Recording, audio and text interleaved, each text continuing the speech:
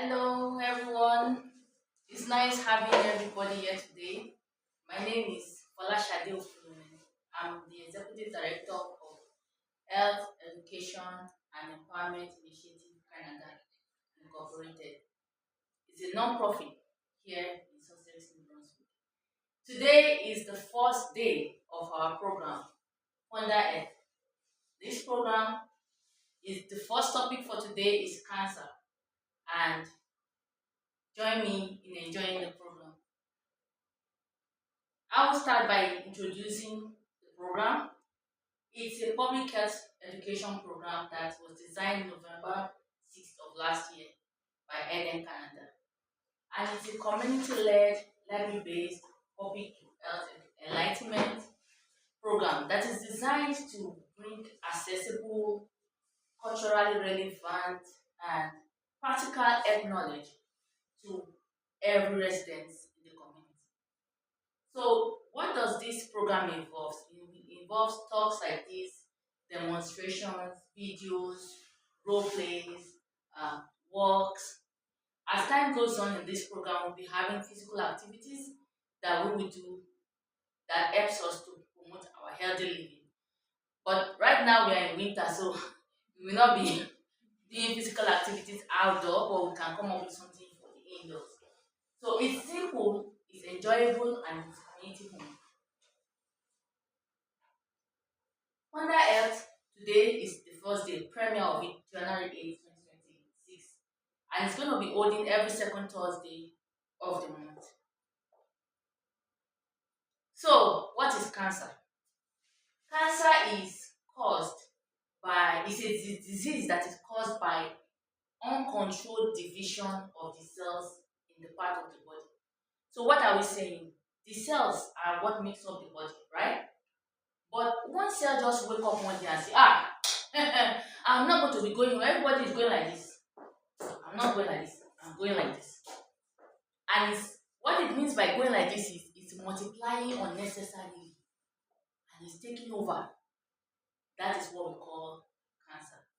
Now, cancer causes a lot of death worldwide. In 2020 alone, over 10 million people died from cancer in 2020. That is a serious problem, right? Now, what are the types of cancer? Cancer in the lung. Every part of the body we have can have cancer. In the lung, in the stomach, anywhere in the eyes, name it. Any part of the human body can have cancer. But for men, it's common in the lungs, in the prostate, in the colons, in the stomach, in the liver.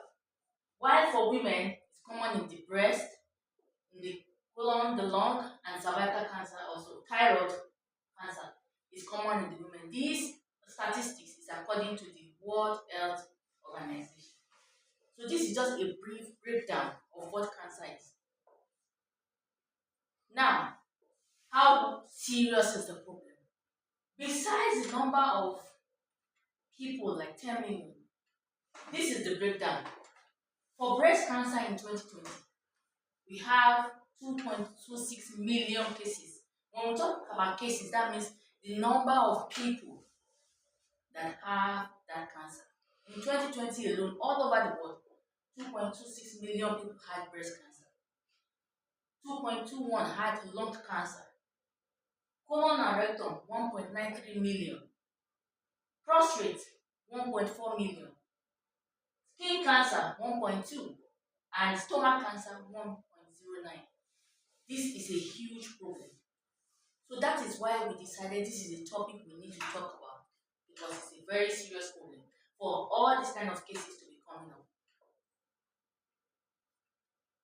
Now, besides the number of cases, in 2020 alone, 1.8 million people died from lung cancer. That is a serious problem. For colon and rectum, 916,000 people died. For liver, 830. For stomach, 769,000, and breast cancer, 685. So that means we need to think if this thing, there are too many people having it, and many people are dying from it. that means we need to think and say, what can we do so that we don't be among these people, right? There is something, the concept of age and cancer. We might think, oh, cancer is just for old people. No, no, unfortunately, children can have cancer. And every year, about 400,000 children have cancer. This is really painful. 400,000 children every year have cancer. And among the old people, there is more likelihood for them to have cancer as they grow older.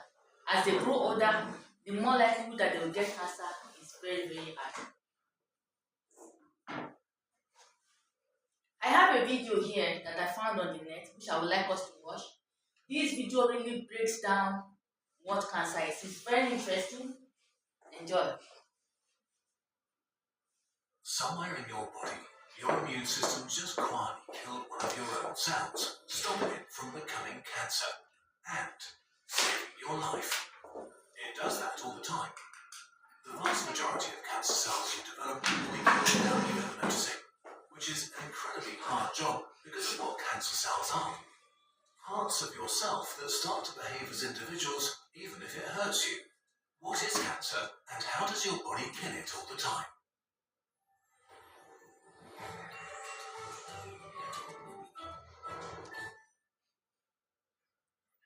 Cancer is when corrupted cells multiply uncontrollably. It can emerge from basically every type of cell in your body, so there's not just a single type of cancer, but hundreds. Some grow slowly, others are aggressive, some can be treated effectively, others are deadly. In a sense, a cell that becomes cancer turns into something ancient and something new. Over billions of years, evolution has molded cells to survive and thrive in a hostile environment, fighting for space and resources. Until a new and exciting way of life emerged, cooperation, a division of labor that allowed cells to specialize and become more successful together. But cooperation requires sacrifices. For a multicellular being to stay healthy, the well-being of the collective has to matter more than the survival of the individual cell. Cancer cells stop being part of the collective and become individuals again. Your body can handle a few rogue cells, but some cancer cells divide again and again, becoming a sort of new organism within you, taking resources you need to survive, competing for the space you inhabit, destroying the organs they were part of in the process. Despite the harm they cause, cancer cells are not evil. They don't want to hurt you. They don't want anything. Cells aren't protein robots that just follow their programming, which unfortunately has been corrupted. The soul of the cell. In a nutshell, your cells have a nucleus filled with DNA. It consists of genes, instructions for how to build proteins, and when to make each one. These building instructions are copied and transferred to ribosomes, where they're used to make proteins. What kind of proteins your cells make determine what they can do. The important thing here is that a corrupt gene means you get a corrupt protein, which will get important later. Your DNA gets a tiny bit corrupted. It mutates tens of thousands of times each day. Most of the time without any special cause, just by being alive. Almost all of these mutations are fixed very quickly, or are not problematic. Still, over time, as your cells make copies of themselves, damage is accumulating. Imagine having to make copies for decades. Maybe one day a hair got on the scanner or a corner got franked. Each new mistake becomes part of the new copies and all the copies that follow. You can increase DNA damage by doing things like smoking, drinking alcohol, by being obese, breathing in asbestos, by not using sunscreen, or contracting a virus like HPV. But the simplest way to damage DNA and get cancer is to be alive long enough. For many cancer cases, there is no cause other than bad luck. The damage that leads to cancer. We are simplifying, but roughly there are three categories of genes that need to be corrupted so cancer can arise. The first key mutation is in the appropriately named tumor suppressor genes, or TSGs. These genes are a bunch of things. For one, they produce control mechanisms that continuously scan your DNA for mistakes and copying errors and fix them right away. And then they keep normal cells from multiplying recklessly. If TSGs become damaged, your cells basically forget how to repair themselves and can reproduce unchecked. The second crucial mutation can happen in your oncogenes. When oncogenes are turned on, the cell is told to multiply rapidly. They were superactive when you were inside your mother's womb. To turn a single original cell into trillions in months, it needs to divide and grow rapidly. These rapid growth genes are turned off when there's enough of you. When your oncogenes get corrupted, they basically turn on again. The third crucial mutation is in your cell's suicide switch. Most cells are constantly recycled and refreshed. When cells amass too much damage, they usually notice, and special genes trigger a controlled suicide called apoptosis. If the genes that control this process get damaged, cells are free to live on despite being dangerously corrupted. So, if a cell becomes unable to fix the mistakes in its genetic code, loses the ability to destroy itself when it notices the damage, and begins to grow rapidly without restraint, it turns into a young cancer cell. These cells have to be killed as quickly as possible. While they are bad at this stage, they are still pretty weak and easy to kill. But if they continue to mutate and increase in number, they can learn to avoid your defenses and become a real threat. At any moment of your life, your immune system is hunting these cells.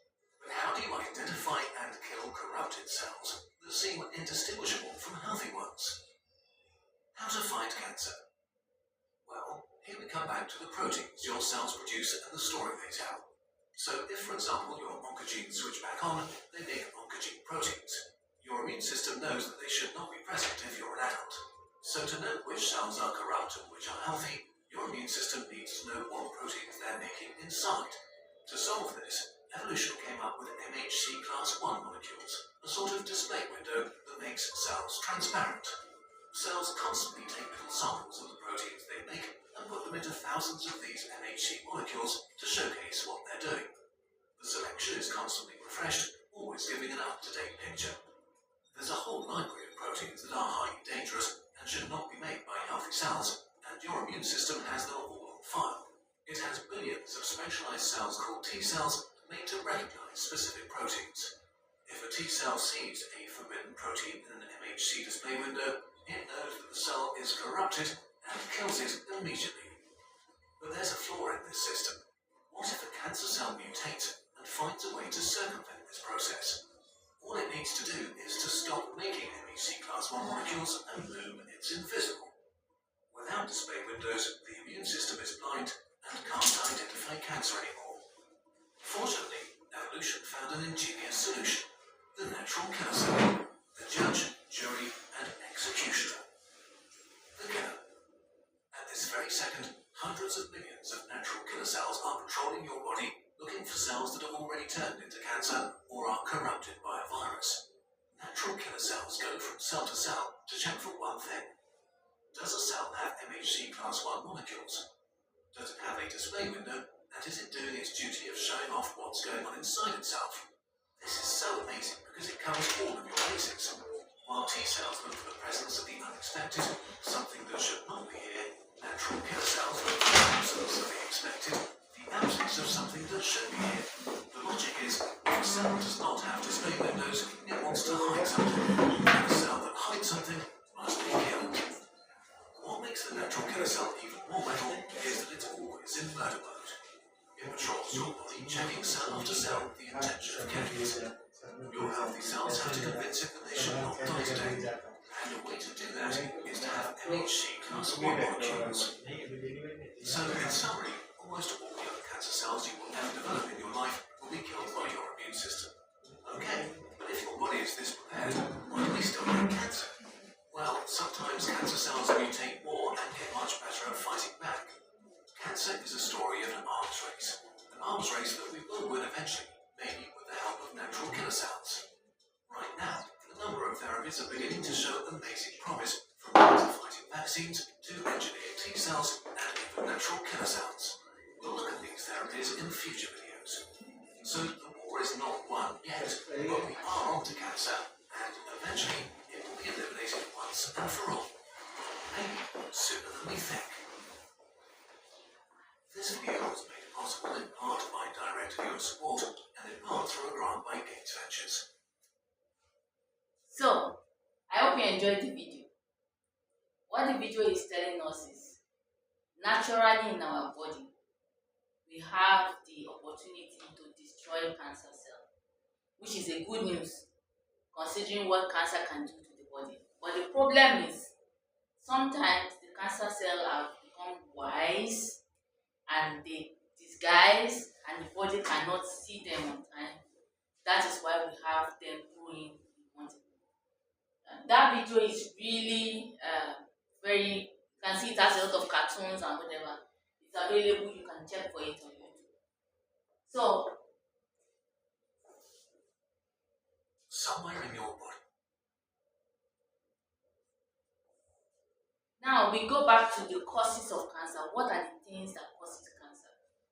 They are into three categories: physical, chemical, and biological. Physical is what we can see, what's in the environment, what is outside of us, which is, for example, ultraviolet rays or ionizing radiation. This is just basically, uh, there's some, let me say, environments where they make bombs, all those chemicals, they give out radiation. You can't see them, but they affect our health. And a very good example of how radiation affect our health is the bomb that was dropped in Japan, the nuclear bomb. That is the one that was known as Hiroshima and Nagasaki. That is a perfect example of what radiation does. You will not be able to see it immediately, but the effect is still there today. So then chemicals, asbestos. There used to be some form of ceiling that they used to use in those days that has asbestos. It was killing people gradually. Tobacco, smoking. Tobacco has evolved today. Now it's not just those ones that we used to smoke that used to be big, like you do like this. Now it comes in all forms of shade. Vaping, shisha. That in fact it's very, very interesting. They have many flavors and smell and makes us feel like it's not bad because it is tasting nice, it's smelling nice, but it's still the same thing. They are just putting it in packaging. It's just like you want to buy. Let me give you an example of what we want to buy: a bottle water. If you go to a superstore, the superstore, for example, you can buy a big pack for like $5 or $6. But by the time you take it to the airport, the same bottle water, they will tell you one is $5. It used to, because it is packaged. So the same thing, that tobacco now is being packaged for us to look at it is better, but it's not. Alcohol, all forms of alcohol, especially when we take it too much. Alcohol in itself has some good effects for the body, but abuse of it, taking too much of it. Chemicals in our food, some food that is spoiled, that has grown mold and what have you. Like, I think, when did I cook this food now? It was just 3 days ago. I can just scrape away those things that grew on the no. That the food is contaminated. The same thing with drinking water. Sometimes if we grow up in an environment that has oil, natural petroleum, you will see the water having some oily look on the top, like in the rivers. That's another form of contamination. Then biology, viruses, bacteria, parasite. How does this one come in? It's like they come in to attack the body's immune system. So when the body immune system is already weak, it may start to misbehave and begin to multiply unnecessarily and cause cancer. So that is just the basic way to break down what causes cancer. Because when we know what causes cancer, we can be like, okay, what can I do about it? That brings us to the risk factors. Risk factors is basically what are the things that make somebody prone or susceptible or likely to have that problem. The same thing we have talked about cancer, tobacco, consumption of it in any form, alcohol consumption, unhealthy diet, especially diet that is very high in sugar. Many of us are not aware of this because sugar is sweet. Even me, when I was younger, I used to go to the bowl of sugar and just be eating it because it's sweet. Everybody loves it. But when we consume sugar a lot, the problem is cancer feed on sugar. So it's like I just giving it food.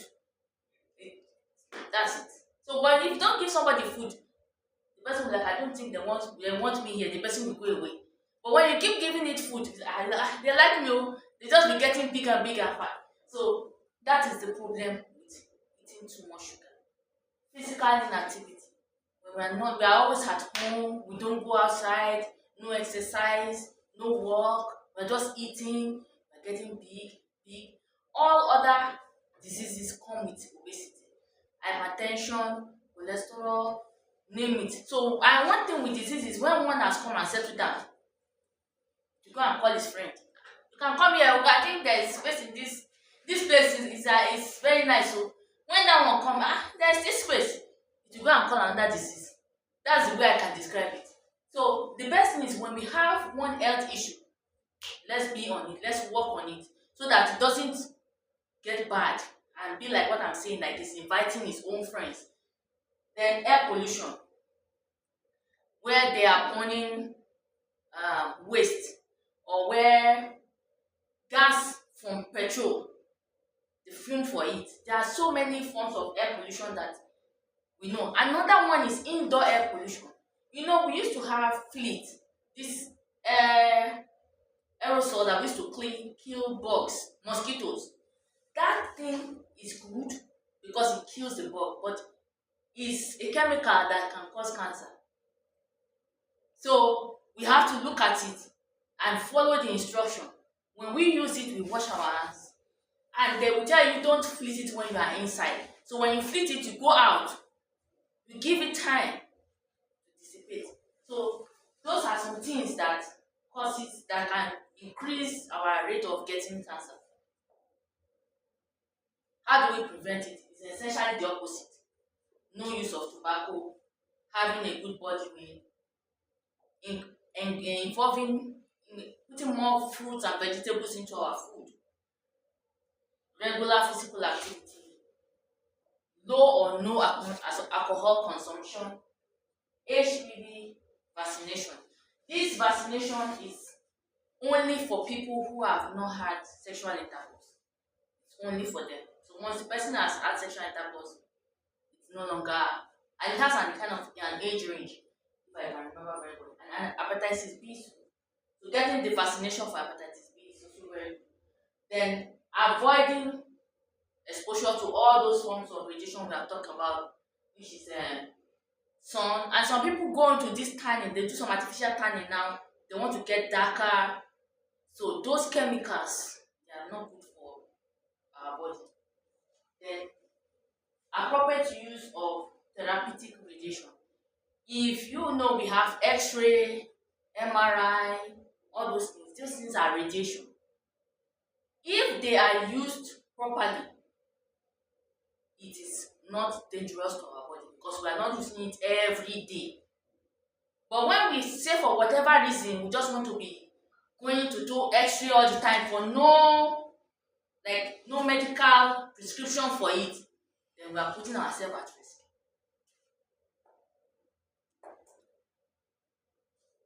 So early diagnosis, what are the things that can help? Being aware of the different forms of cancer. Each type of cancer, like we've discussed, has different symptoms. What is a symptom? A symptom is a sign that there might be a problem here. So like I have headache now, maybe something is wrong in my body. If I tell you, the symptoms for cervical cancer includes backache, leg ache, you now go and put it in your mind. Shade said if stomach backache and leg ache is symptom for cervical cancer, and I have backache and I have leg ache, that means I have cervical cancer. No. You have to go to the doctor. You have to seek the doctor's advice, the physician. He is the one that can say, okay, go to the hospital, go to the lab for tests and whatever, let us know if the type, whatever the issue is, because it may not be. There are different issues have similar symptoms that look alike, but the physician is able to know this is what this is, this is what this is. So then, after we have been given the diagnosis, let us go early for the treatment. Because like, and when I called the emergency line for they did not pick it, they just keep me on hold. I will call them again tomorrow, and then you let another week go. I will call them, I was just too tired. I will call them again tomorrow. Before you know what's happening, 1 week, 2 weeks, 3 weeks. And one thing with cancer or any disease is the earlier the better. Once we are able to identify that problem early and we start working on it, better for you. What are the forms of treatment? There are different types of treatment. It depends on the type of the cancer, and it depends also on the person that is being treated. Let me give an example. Somebody who is a baby that has cancer, and somebody who is an adult that has cancer, and let's say they want to do chemotherapy. You know that the dose they will give to the person that is older will be different from the dose that will give to that's what I'm saying. So the same thing, the type of cancer, the person, the individual will determine the type of treatment. Treatment includes surgery, radiotherapy, chemotherapy, hormonal treatment. There are so many. It's the doctor that can decide what is best for each individual, and they can give the person options. And the person will be like, I think I will prefer this based on the side effect or the cost or whatever it is. Then it's also important to complete that procedure. Remember, sometimes when we have maybe we have stomach ache and the doctor gave us antibiotics, says 2 tablets in the morning, 2 in the afternoon, 2 at night for 1 week, and we do it day 1 because that thing is paining us. Day 2 is paining me. Day 3, I'm feeling better. I don't think why should I? Well, we just leave it. We will not finish the prescription. Many of us do it. It's a problem. You know what this does? Let me give you an example. It's like the disease is like a stranger that came into your house and now take maybe cane, you flog it. You know, when you first of all start flogging it, it will be strong. But when you continue and you continue and you continue, you got to a point it will be like, please, please, right? But if you flog it very, very well, you got to a point that it can't do anything again, right? So now you flog it, and he's telling you, please, please, please, please, and you're like, maybe it's already tired now. The disease is tired, so let me leave it. You know what you have taught it? You have let the disease know that when time I come to their house, they have cane. So when I'm coming next time, I'm going to bring bomb so that when I just enter like this, just be bam. Like you don't even have time to use your cane. You have strengthened it. So that is why any treatment, not only for this cancer, let us finish that treatment. Let's complete it.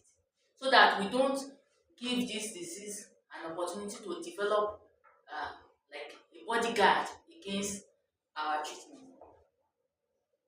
Now, this is one of the favorite section I like in this program, myth. For many diseases, there is always one myth or the other that people believe. I'm going to be talking about just 3 of them for cancer. One of them is, once you have cancer, that's the end. That person will just die. There is no hope. It's a lie. That somebody has cancer is not a death sentence. There are many people that have beat cancer, even children beat cancer. Some people have even beat it 2 times. It's not that once somebody has cancer, that's it. No. So many things determine if the person will live or not, which is one of those things we are talking about, early detection, following the treatment. All those kinds of things determine if the person will live or will die. So it's not all people that have cancer that die. They'll be like, ah, cancer is old people's problem. It's all those old people that have cancer. It's a lie. Children have cancer. We have seen it today. About 400,000 children every year have cancer. So it's not just children, adults.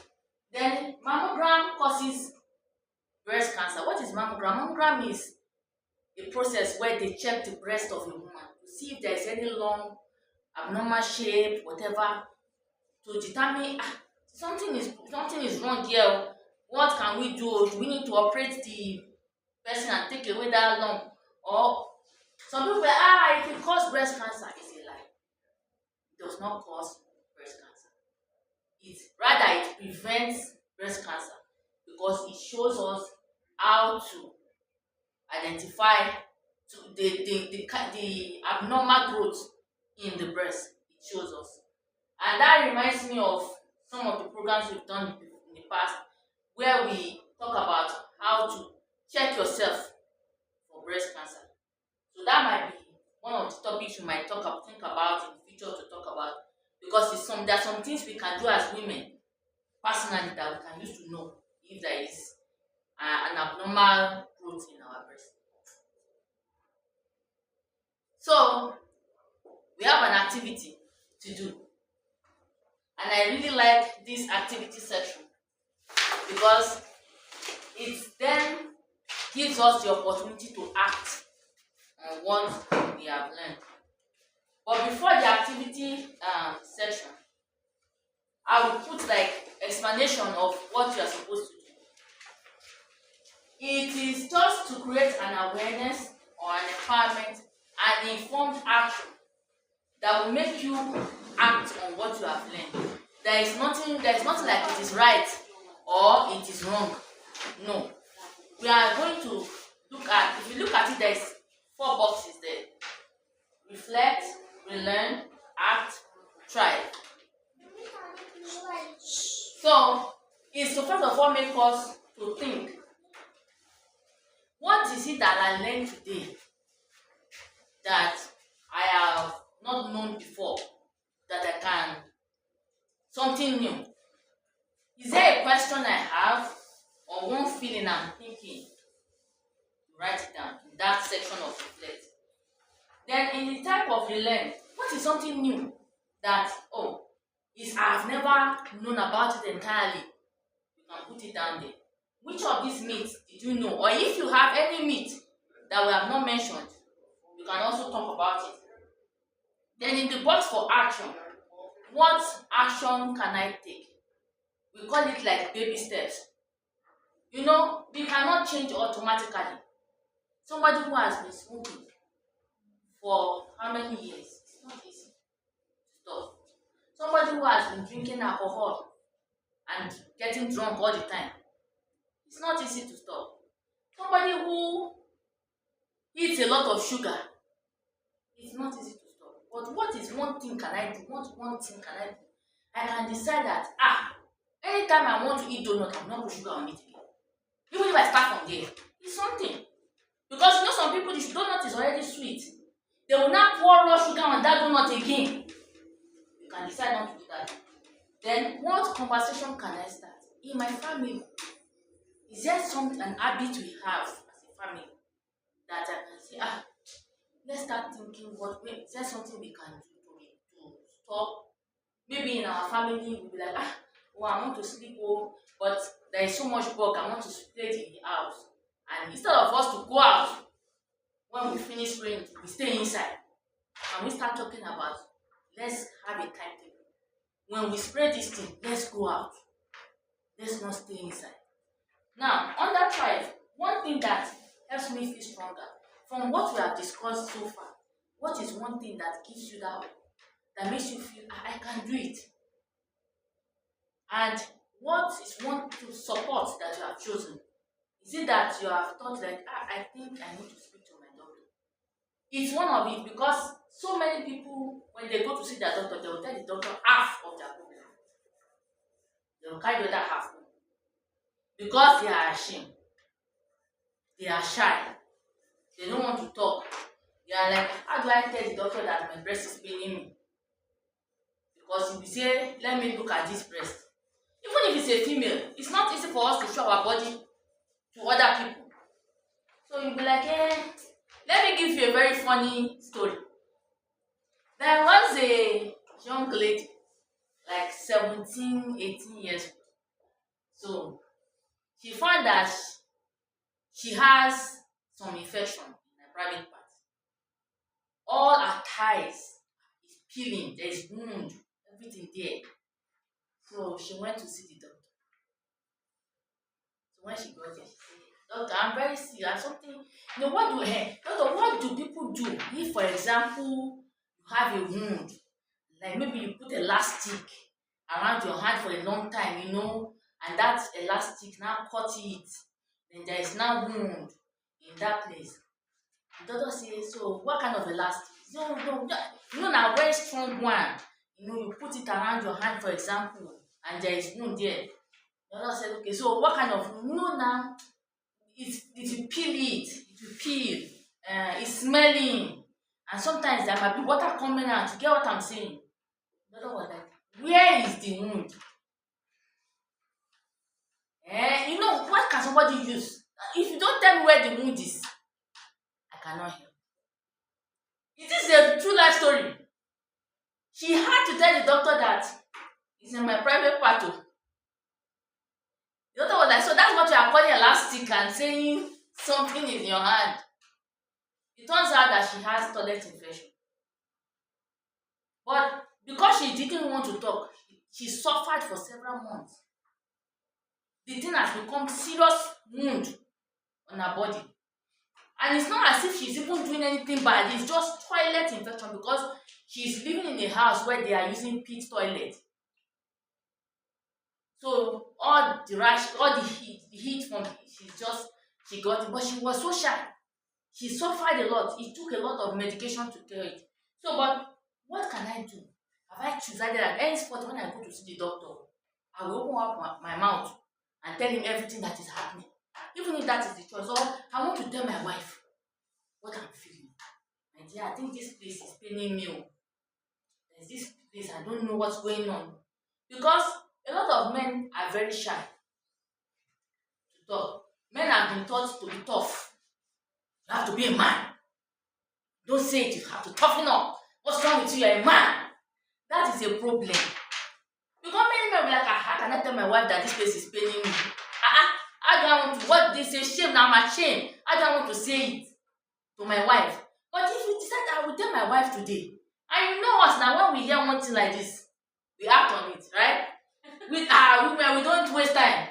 With the women, we don't waste time. So I want us to feel this. You don't have to feel everything. You can just choose which of them do you want to write on. So let us take a few minutes to put something down.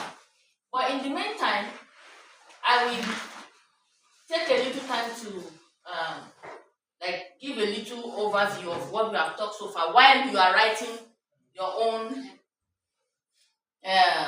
reflect. So the most common cancer for men, lung cancer, prostate cancer, stomach cancer. For women, breast cancer, colorectal, cervical, thyroid. And every year about 10 million people die from this. So that is one of the things we've discussed, like an overview that maybe it can help you, guide you in what you want to write down. And cancer is just a cell that decides to go abnormally. Everybody is going this way. The cell woke up and say, no, why should I go like this and go like this? It starts misbehaving. It starts over multiplying. Now, it's very serious. These are the number of people that have cancer every year. It's a serious problem. Over 2 point something million every year after breast cancer, stomach cancer, lung cancer, skin cancer, prostate cancer. Prostate cancer is a very serious problem among men. And an annual checkup can help. Just go to your doctor and request for an annual checkup. And a lot of people also die from cancer. This is like the statistics of number of people that died from cancer in 2020, from lung cancer, from stomach cancer, liver cancer, breast cancer. And We mentioned also that even children can have cancer, unfortunately. And as we grow older, we are more likely to develop cancer. And we watched a video, but we will not be able to watch it again. And then that brings us to the question and answer. Do you have any question? Is cancer genetical? Yes, genetics is part under the biology. Genetically, you may be more prone to having cancer. A family where there is breast cancer among the women, there are more likelihood of the women having breast cancer. Let me give an instance. I have a cousin. She's related to me through her father, but on her mother's side, breast cancer is very common. In fact, it claimed one of our aunties.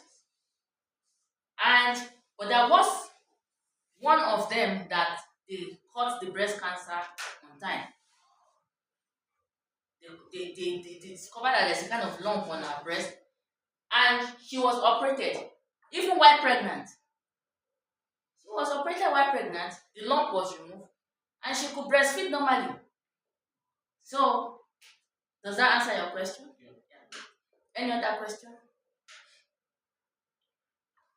So, Yeah. if we start fasting, if we eat less, can it reduce the possibilities of having cancer because we are not taking sugar, we are taking less food, and if we are taking slow cooking food, will it reduce cancer possibilities? Okay.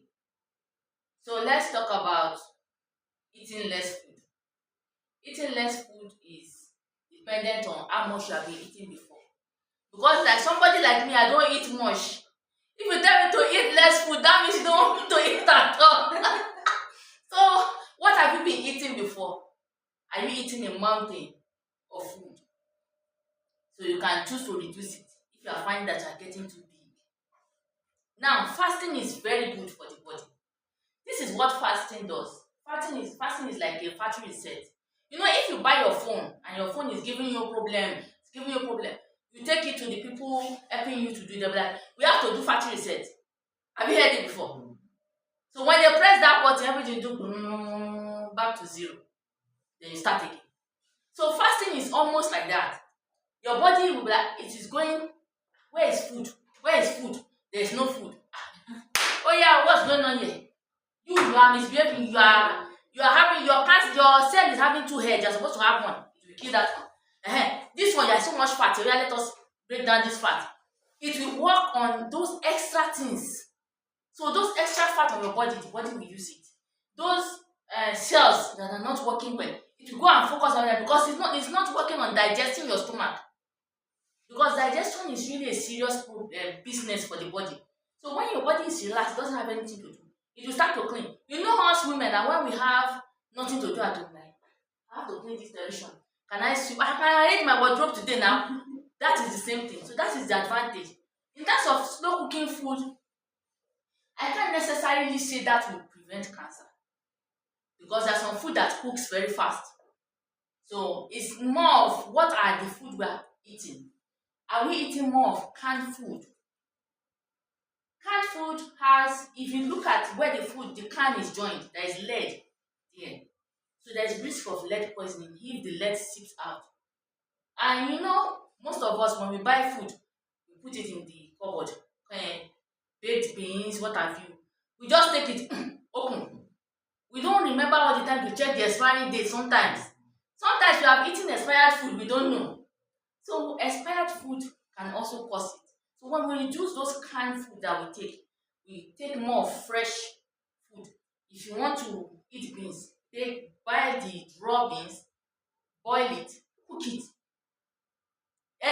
Avoid anything that is processed as much as you can because processing they add chemicals, they add preservatives. And those preservatives, when they are too much in your body, it makes it become toxic. Or if the food is expired and you don't know, it becomes toxic. Does that answer your question? Yeah, but in our surrounding, if we go to the superstore. Everywhere is processed food. Yes. We have no opportunity to buy the fresh food from the Thank farm. you. Thank you. There are some stores that have fresh food produce.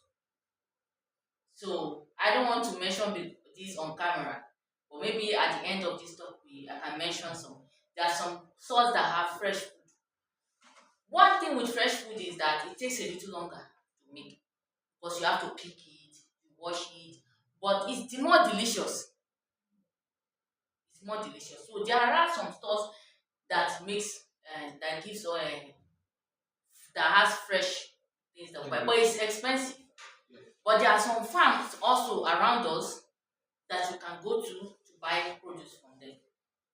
So if you choose to go to the farms and buy them directly, and I don't know, there are some programs that I hear that has to do with cleaning, like the extra produce from the farm. I think there's a program on it. I don't know. I can find out a little more about that and let you know. Yeah. I just wanted to ask about the impact of stress and sleep deprivation Thank on you. cancer. Stress on anything at all is not good. Anything at all. Because it's like, let me give you an example. It's like, let me give you an example. You know, when you put your alarm bell and you put it to 2 a.m., if you hear greening, you wake up like this, right? Yeah. Stress is putting your body like that. Your body is always at alert. It's not resting. It's not functioning. And stress will put cortisol on your body. And then it makes you get more weight. I have seen people that had weight just because they are stressed. It's not food though. It's just stress. So it's not good. Stress and lack of sleep is not good on your body because during the sleep, your body settles down and starts to do that cleaning we're talking about, checking for things to do. It's just like a machine. You know, every day you come, you start this machine, every day you start it, and you don't give the machine any time to rest. It will break down. So stress and lack of sleep is for any disease at all. It's not good. Though it's not directly related. There might be research on it that shows stress is linked to cancer. That is true. But it's not directly, but it's a risk factor. That is something that makes us prone to it. You have any question? What is the symptom of thyroid cancer? Cancer. Okay. I will not want to mention symptoms. No, I told you before. Because if I mention symptoms now, she said that I'll be coughing. And I've been coughing since 3 days ago. I think I have thyroid cancer. And you're growing up and down. And you'll be scared to even go home and tell the doctor. So I'll suggest, even if you have that question, ask your doctor directly. He will ask you, why are you asking for the symptoms of thyroid cancer? And then you can tell him how you are feeling. And then he can help. So I will deliberately refuse to mention all those symptoms. Like I know I told you, I know that this question will come up. That was why I said no, I'm not going to mention symptoms. Unless we are talking about thyroid cancer specifically. Like if the topic for discussion today is thyroid cancer, then I will mention that. But for this particular one, I'm not going to. But we can always talk after the class. Any other question? I'm thinking that if we have a family doctor, we can always do regular checkup to do all your system. Maybe you do comprehensive checkup where they can check your thyroid, they can check your kidney, liver, diabetes, everything. I think they call it fasting blood sugar. So they will do everything at once. So for that kind of a thing, I think it's something that can be done once a year, every year. Because How often? So normally, for general body checkup is once in a year. For breast cancer, I think annually until up to 1 year. Like every other 2 years, if I'm right. Depends on the country. There are some countries that makes it once a year. There are some countries that makes it maybe once in 2 years. Then depending on the age of the person, depending on if the person have had it before, then it can now be like okay, they will. So it's the doctor that will choose like tell you the program that is suitable for that breast cancer. But for generally everybody as an adult, we need to be having annual body checkup. So that way we can just know that everything is going well. We can catch it on time if something is not going well. Or for example, somebody who is pre-diabetic, that means diabetes has not come, but the person is at the borderline. So if they tell you the person you are pre-diabetic, oh, I don't want to be diabetic, you can begin to work on every other thing to reduce the way you take sugar or what is causing you. So that's a good suggestion. Any other question? What if my friend here is smoking and I don't smoke and we are in the same, maybe we work together? Am I prone to cancer? Thank you. It's a very nice question. Yes, if you stay when that person is smoking it, it's not because the person is your friend though. It's because when that person was smoking that cigarette, you were standing there. That's what we call secondary smoking. Acid. Yes. And you know what is unfortunate is that when somebody smokes, the one they inhale is not as dangerous as the one that comes out. So the one that come out is more dangerous than the one that they are inhaling. So you that are standing beside them, you are taking the most dangerous part of it. So you are exposing yourself, and and I like this question because even children, that comes to parents. As parents, we need to make sure that our children we don't expose them. If we smoke, let's go away from where our children are when we are smoking. Let's not smoke inside the car. Let's not smoke inside the house because secondary smoking is real. The secondary smoke it kills. It has very little effect on the health. Any other question on that? Yeah, I have a question. Um, I was thinking in my mind that I donate blood regularly. You don't? Donate Okay. blood regularly. So when I donate blood, do they screen everything in my blood because they are giving it to another person who is sick or weak? So before giving that blood to another person, Yeah. do they check everything? And if there is any issue they find in my blood, will they let me know? Yes.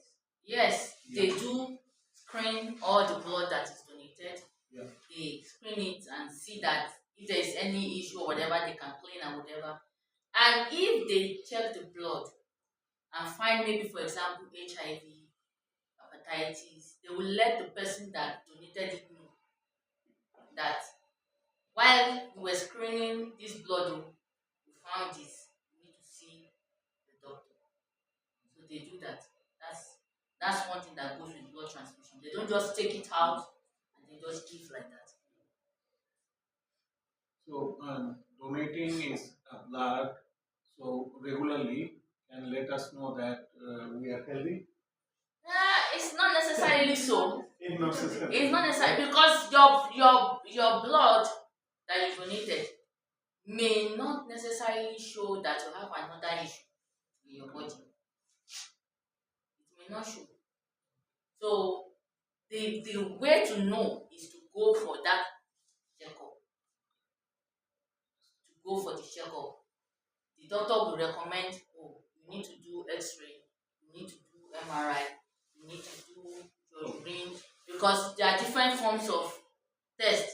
There are some that they use with your blood, some they use with your urine, some they use with your feces. So doing that annual checkup is the key to catching them. Okay, that said, it's your turn to lead. What is going to be our next topic? What do you want us to talk about next month?